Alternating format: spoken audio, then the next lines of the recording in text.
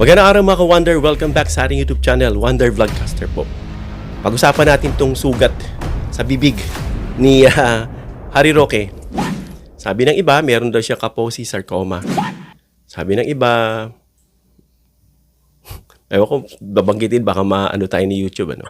HV, no? At sabi naman ng iba, meron siyang oral CA or cancer. So yan ay mga opinion lang, no? Kasi nakita nga natin, nagsasalita si Harry Roque dito at may sugat siya sa left lip niya, sa lower lip, left, na mamula-mula at pinupunasan niya. I'm not sure pinupunasan niya dahil dumudugo or masakit. Hindi natin alam, no? Hindi mo alam kung ano yung kondisyon na yan. Kasi sabi ng iba, Kaposi na raw eh. Pag nakita niyo po yung itsura ng Kaposi, sa isang salita, maksasang tingin, depende na rin sa level ng lala. No? Usually, may kita mo yan dito, sa loob ng bibig. No? At yung kulay niya nga, reddish, brownish na marami. No? Hanggang dun sa loob. Lalo na yung may HV. Sa loob yan, pakalat. No? Pero para siyang singaw. So ayan, hindi mo malalaman kung ano yung kondisyon niya, sugat niya rito. Unless magpatingin siya sa doktor. No? Hindi sa atin yung mga haka-haka lang yung mga yan. So wala kasing official na information na ito'y ganitong sakit. No? Sinasabi nga ni Attorney Claire, may herpes ka ba? Usually kasi may herpes, may kita mo may sugat dito. Kasi yung herpes usually nakita yan doon sa pribadong part, private part. Doon yan tumutubo. Yan tanong, ba't nasa bibig? Alam nyo na. Kasi may mga oral S na sinasabi. Nagtatransfer, nakakontaminate yung bibig. No, so again, hindi pa natin alam kasi nga, although private part niya yun at binabatikos niya si PBBM dito sa colostomy, baka siya may sakit na rin. Ano? Hindi natin alam.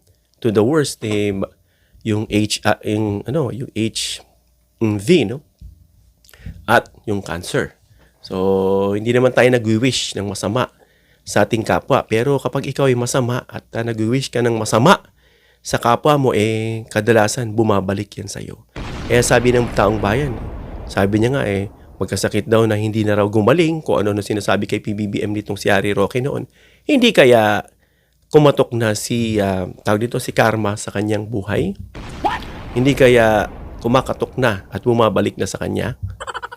So anyways, as I said, hindi tayo nag-wish ng ill or ng masama sa ating mga kapwa. So maaring cold sore lang yan, ano? Yung mga patch dito na no? Dala ng herpes simplex virus. Ano? At minsan yung mga ulcer lang, singaw. Yan. Dahil sa panahon, o kaya infection. Yan. Minsan nagmamanifest yan. At yung iba pang komplikasyon like yung mga yeast, yung mga candida, no? Na fungal infection in nature. So pag yan ay serious, of course, kailangan lumalala kasi pag seryoso. May kita natin, deteriorating yung katawan, pumapayat, may kita sa mukha, lumalala yung mga manifestations, ano? Kaya dapat magpasuri. Kahit sabi mong herpes pa yan, kailangan ipacheck yan. Meron ng classmate ganyan dati.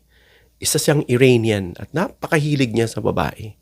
Pati mga minsan naiinsulto na ako kasi mga Pinay yung pinakikita niya na iba-iba.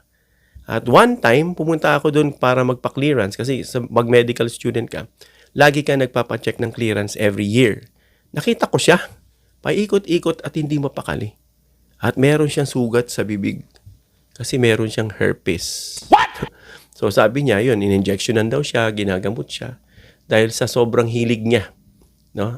Unsafe SEX ginagawa niya.